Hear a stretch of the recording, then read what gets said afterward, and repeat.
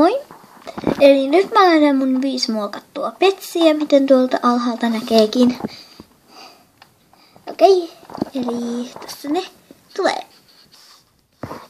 Eli on tällainen koira, jolla on liimaa korvissa, niin sitten sillä on tällaisia kimalteita korvissa.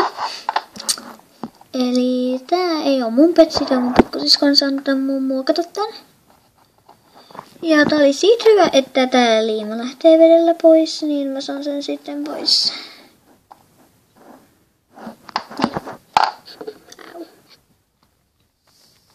Tää on sellainen mustekala, sillä ei tossa jälki. Pikkusisko piilsi, vaikka hän oli ihan vanha, hän vain halusi tehdä niin. Kuulakynällä, joka ei lähde kynsilkan poistoaineella pois. Mä tein sille tällaisen, niin mä oon ihan tyytyväinen tähän naamioon, tai mikä tää nyt onkaan. Se jälki näkyy tuossa vielä.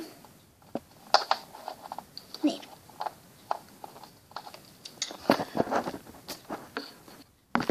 Sitten on tällainen lisko. Ja siitähän ei päälle päin tästä nyt näin nää, mitä nyt siinä olisi muokattu. Mutta täältä näkee. Täältä takaa on muokattu tällaiset viivat punaisella. Ja nämä kaikkihan on siis paitsi toi yksi. Ensimmäinen oli muokattu kynsilakalla. Siis kaikki muut, paitsi se ensimmäinen oli muokattu kynsilakalla. Sitten on tällainen holoväestö, ei myöskään ihan heti, jos ei ole nähnyt tällaista.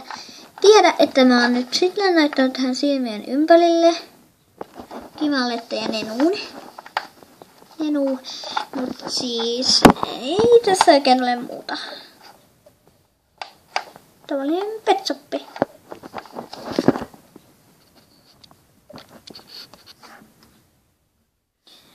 Okei, ja sitten tämä. Tästä huomaa jo, että siis mä oon muokannut tän ihan itse. Tämä meni ensimmäisessä muokkauksessa pilalle.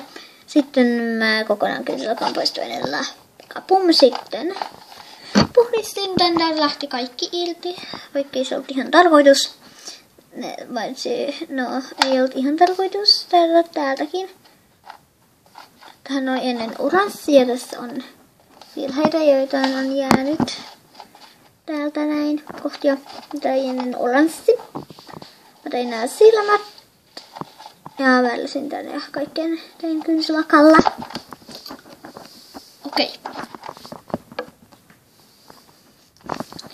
Okei, eli tossa oli mun 5 muokattua petsiä. Ja niin. No mustakin on muokattu silmät.